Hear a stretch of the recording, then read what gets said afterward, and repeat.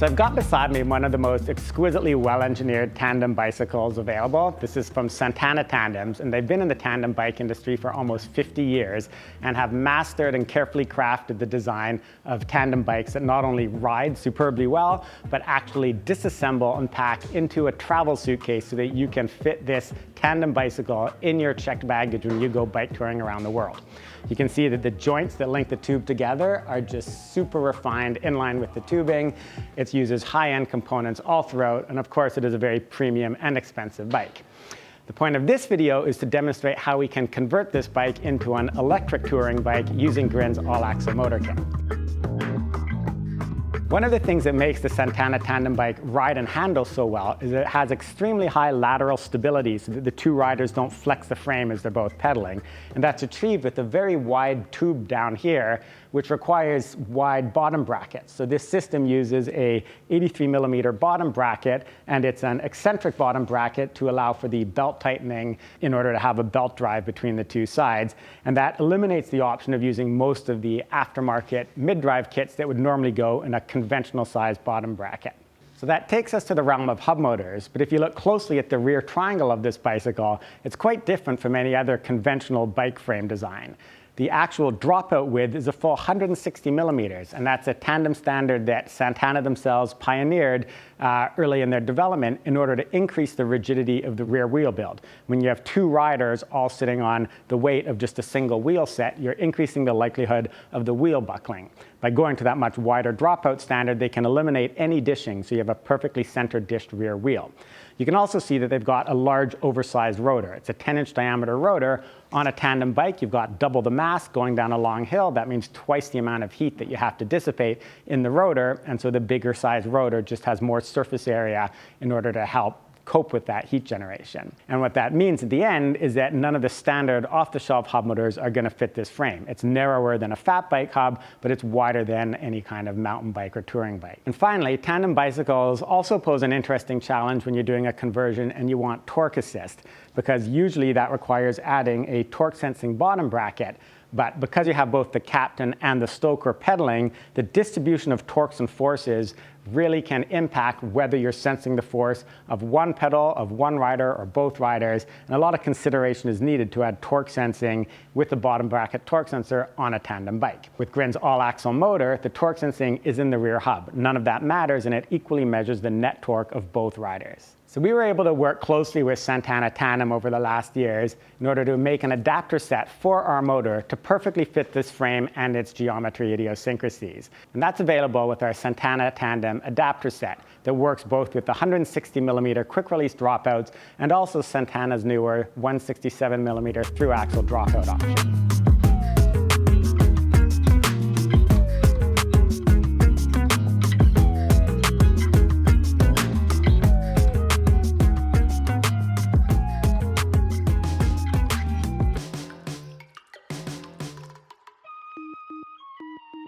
So we're going to start off by simply moving the tire inner tube, the 11-speed cassette, and the large 10-inch diameter disc rotor from the original hub wheel onto the motorized wheel. This bike is using an 11-speed road cassette, which is a slightly taller stack with wider spacing than your 11-speed cassettes. Unfortunately, the all-axle motor totally supports that. You just have to remove or don't use the 1mm spacer that exists on the back of the free hub body. So when we take this off, we put it directly on the free hub without any spacer underneath there. With the cassette on one side, we flip around and transfer over the disc rotor on the other side. So a standard all-axle motor uses a 1mm spacer under the disc rotor to get a little bit more clearance for the caliper.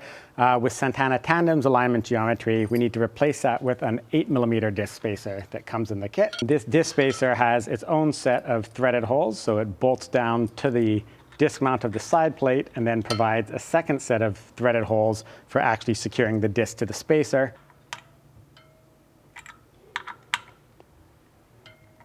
So with the rotor now installed, we're able to add on the axle extender. This is what brings a 135 millimeter dropout to 160 millimeter dropout while connecting with the splines on the axle so that the torque arm can still transmit all that torque to the stator of the hub. So this piece is somewhat integral with the torque arm itself, and it has a channel for the cables that keeps the wires themselves from rubbing against the rotor. And this should be quite a snug fit on top without any wiggle or play. As I said, it's a pretty snug fit, so sometimes it's good to just gently tap down the torque arm and the extender to make sure that they're totally flush before we tighten up the two screws that then lock that whole assembly together. Be sure to put a couple drops of Loctite on the threads before you put them in. So now all that's left remaining is the end caps. So if it's a through axle system, we'll install the 12 millimeter through axle end caps that fit inside a through axle dropout. In this case, we've got the 160 millimeter quick release. On the quick release end caps, there's actually 3 parts to install. On the cassette side, not only do we have the end cap itself for the cassette, but there's also a retaining sleeve that slides over the axle prior to installing the end cap. And that retaining sleeve is really important because it is what secures the free hub body from sliding out when the wheel's installed. And then the smaller diameter piece here goes over on the disc side, and that fits right inside that hole left on the torque arm.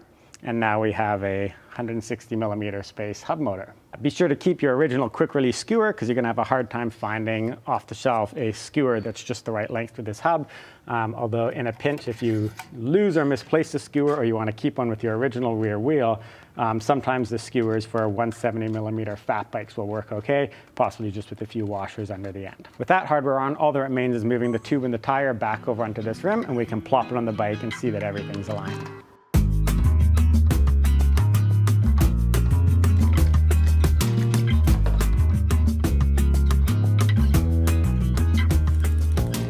Look at that, perfect fit. So next up, we're attaching the frame clamp to the chainstay of the bicycle, and this is what connects the torque arm to the bicycle via just a single point of contact. And that really simplifies any future removal of the wheel. You can leave the frame clamp in place, simply loosen this one M5 bolt, and then the entire wheel assembly can slide out. But while the wheel is in position, this guarantees a full reaction torque of all the hub motor. This piece itself is attached to the beautiful frame via a pair of hose clamps. You really don't want to scratch up such a lovely paint job as this, so we include some nice silicone rubber sleeving that will go over the hard metal band. What I always like to do with these hose clamps is ensure that the actual tightening screw is sort of hidden, not visible from the side out there, and then to bend and break off all the excess metal tab that's here, and then all you see are these nice two clean narrow bands around the frame. It's easier to bend and break these if you take the wheel off the bike, which I just did. Quite important that all of the fasteners related to the torque arm are tightened to the specifications in the manual, which is generally around 6 Newton meters. It's calibrated by my thumb pressure. And really important not to forget the nut on the underside that links the swiveling part of the frame clamp to the machined aluminum part. That also needs to be quite tight so that there's absolutely zero play anywhere in that attachment. Now, all of the motor torque has a nice direct coupling to the frame.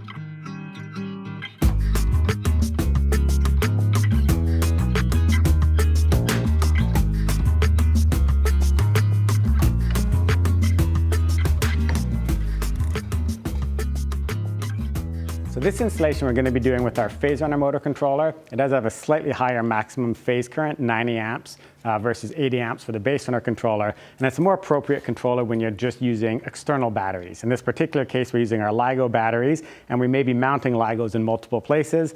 And that allows us to easily have a wire harness that plugs in here that connects to all the various batteries on the bike. Now, there's a lot of options for the placement of controllers and components on a tandem bicycle, but the best practice from the point of view of electrical efficiency is to keep the controller as close as possible to the motor. If you have extension cables between the controller and the motor, that's where the current is the highest, and that would have the highest losses. It's better to have an extension over to the battery pack than on the motor phase wires. So in this case here, I think the perfect place will be to strap that straight to the rear seat tube. The cable will reach the motor, and then we'll run the short torque sensor extension cable from the controller to the motor as well.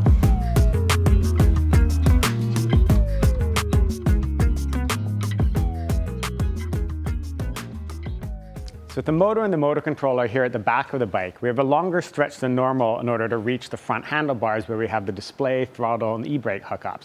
Unfortunately, Grin has a range of extension cables anytime you run into a situation where the stock cable length is inadequate. So in this case, all of those signals run on a single main 9 cable, and we have a 1 meter extension that's going to allow us to easily bring this to our super harness that then branches out to all the various peripheral components. Now, normally when we're running cables on a bicycle, we like to have the electrical wire follow the brake or the shifter housing, and that provides a really tidy line that you can have your electrical cables travel along using spiral wrap to hold those two things together. Unfortunately, on this bicycle, even though it has cables running to the back, these are unshrouded cables that are running bare, which is great from the point of view of shifting and braking because there's less friction, but you don't want to strap your electrical wires to an unshrouded shifter or brake housing, because then you'll add a lot of resistance when you're trying to change those gears. The straightforward option is just to use a bunch of zip ties around your tubing in order to secure the electrical wires in place, but that looks rather unsightly. And in this situation, we have one more trick up our sleeves, and that's these cable raceways. So these are just like you'd have doing wiring inside a house, where you want your Ethernet cables on a wall to be neatly concealed. It's got adhesive tape on one side, and then it just peels open, giving you a nice channel for the wires to sit inside. The cover snaps back on, and then your electrical lines look really clean, and you don't have a bunch of bands wrapping around your tubing that are used just to secure the wires. So as you can see, this bike doesn't have straight handlebars, but it's using curved drop bars, which is pretty common and popular with touring bikes, but it adds a lot of complexity to the normal hardware you'd mount on an electrification project, as you can't slide things over the curved bar, and the grip tape increases the diameter. Normally, all the things you attach to the handlebar, like throttles, displays, up-down assist level controls, those are meant to clamp onto a 7/8 diameter tubing, but it won't work when you have the grip tape on here. So Grin has a convenient solution for this, are handlebar mounts. These are just little stubby machine tubes of 7/8 inch diameter that allow you to create protrusions on which that hardware will fit. So we've got 3 display choices with the super harness kits, but 2 of those options have the up-down assist button integrated with the display, which means you need to mount it on the handlebar near where your grip is, and again, that won't work with the curved bars. Fortunately, our large size 750C display mounts central right over the stem and has a separate set of button switches to control. So the simplest method of having manual control over regenerative braking on these systems is with our bidirectional 2-way throttles, but unfortunately our standard version requires a straight bar in order for the grip to slide over. So on this bike, we're going to have to set up a brake sensor where you use the digital brake sensor to engage regenerative braking, and then the throttle on the bar here in order to increase and decrease the regenerative braking force. Now on these bikes with integrated brakes and shifters, you don't have an option of just replacing this unit with a brake lever that has a built-in switch on it. We have to add an aftermarket switch. Unfortunately, that's quite easy to do using the inline cable switches here. This device, when the brake cable passes through it, it has a little magnet that binds to the cable and clicks one position or the other every time you use the brakes. And you can mount this. Typically, you'd mount it close to the brake lever itself. But here, all of the cable routing goes through the handlebar, and instead we'll be mounting the sensor right above the caliper. So all we have to do now is remove the cable from here, slide it out, and slide the cable in through this sensor. And now whenever we use the front brake, the motion of that cable will become detected. That will engage regenerative braking. And then if you wanted to increase the regen force, you can do that with the throttle that's on the right handlebar.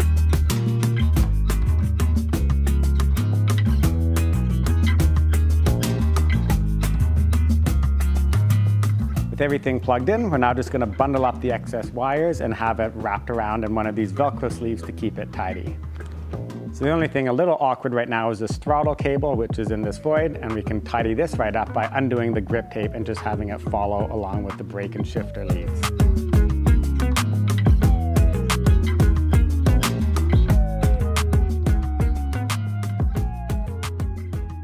So that's it. All that remains now is installing a battery pack and plugging that into the phase runner motor controller. Now this system is super battery agnostic, literally any e-bike battery from 36 volts to 48 volts, 52 volts, even 72 volts with the phase runner will be compatible. But if you're planning to travel and fly with the Santana Tandem, then your go-to option, of course, is our LiGo 10X battery modules. So in our case here, we're just going to use a soft bag in the front triangle to pack in 5 of these LiGos. That gives us a 500 watt-hour battery pack, and then we just have to run a single battery cable to reach the phase runner over here. We'll plug that in and be off to the races.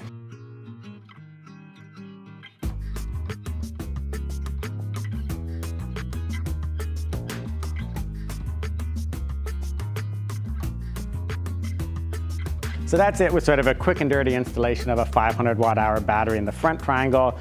We just ran the cable with zip ties over the tube to connect to the phase runner. But our plan for this bike is to carry more like 10 LiGo batteries or 1 kilowatt-hour of battery capacity. Since it's a tandem bike, that means there's 2 people flying, so each person can easily bring 5 LiGos with them in their carry-on baggage. And the 1 kilowatt-hour battery capacity is a very nice energy reserve to have on hand if you're doing long-distance bike touring. This Santana Tandem is such a perfect platform for that kind of global world exploration, and we sure hope that with an electrified kit like this, we open the door to many, many more people to set out on adventures across continents and countries. Hope you found this video informative, and we look forward to seeing many more of these on the road.